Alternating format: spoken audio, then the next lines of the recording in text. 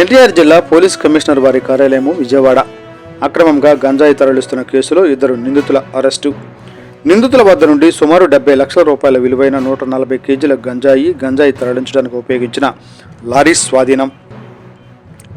Today TV Telugu news channel NTR జిల్లా staff reporter చేని Rambabu.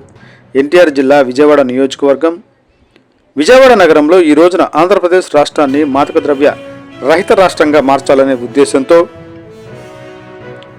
రాష్ట్ర DGP Harish Gupta IPS ఆదేశాల మేరకు ఎన్టీఆర్ జిల్లా పోలీస్ కమిషనర్ ఎస్వి రాజశేఖర బాబు ఐపీఎస్, ఈగల ఐజీ ఆకే రవికృష్ణ ఐపీఎస్ పర్యవేక్షణలో పోలీసు కమిషనరేట్ పరిధిలో లా అండ్ ఆర్డర్ పోలీసులు మరియు ఈగల బృందాలు సంయుక్తంగా గంజాయి రవాణా, విక్రయం, కొనుగోలు, సరఫరా సంబంధించిన సమాచారాన్ని సేకరించడం మరియు గతంలో పలు అక్రమ మాదక ద్రవ్యాల కేసులలో అరెస్టు కాకుండా తప్పించుకుని తిరుగుతున్న వారిపై పటిష్టమైన నిఘా ఏర్పాటు చేయడం జరిగింది.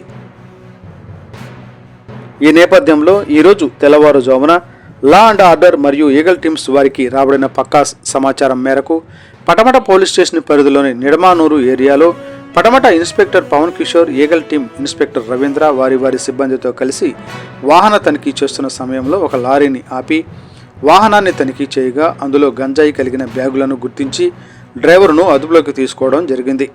అతని సమాచారం మేరకు మరొక లారీ డ్రైవర్ను అదుపులోకి తీసుకుని విచారించి వారి వద్ద నుండి సుమారు 70 లక్షల రూపాయల విలువైన 140 కేజీల గంజాయిని మరియు ఒక లారీని స్వాధీనం చేసుకుని అరెస్టు చేయడం జరిగింది.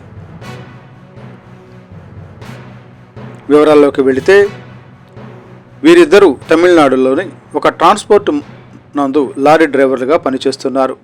వీరు ఒరిస్సా నుండి స్టీల్ కాయిల్స్ లోడు వేసుకొని వస్తున్న క్రమంలో శ్రీకాకుళం జిల్లా సమీపంలోని ఒక వ్యక్తి సెల్వంతో మాట్లాడి గంజాయిని కోయంబత్తూరుకు రవాణా చేస్తే 30,000 రూపాయలు ఇస్తామని చెప్పగా ఆ డబ్బులను ఆశపడిన డ్రైవర్ సెల్వం తనతో పాటు వస్తున్న మరో డ్రైవర్ ప్రదీప్ లారీలో లోడ్ వేయించి ఇద్దరు ఒకరి వెనకాల మరొకరు లారీని నడుపుకుంటూ కోయంబత్తూరు వెళుతున్న క్రమంలో ఈరోజు తెల్లవారుజామున ఎన్టీఆర్ పోలీస్ కమిషనరేట్ పరిధిలోని నిడమానూరు ఏరియాలో పోలీసులు 2 నిందితులను అదుపులోకి తీసుకుని విచారించి వారి వద్ద నుండి సుమారు 7 లక్షల రూపాయల విలువైన గంజాయిని మరియు గంజాయి తరలించడానికి ఉపయోగించిన ఒక లారీని స్వాధీనం చేసుకుని అరెస్టు చేయడం జరిగింది.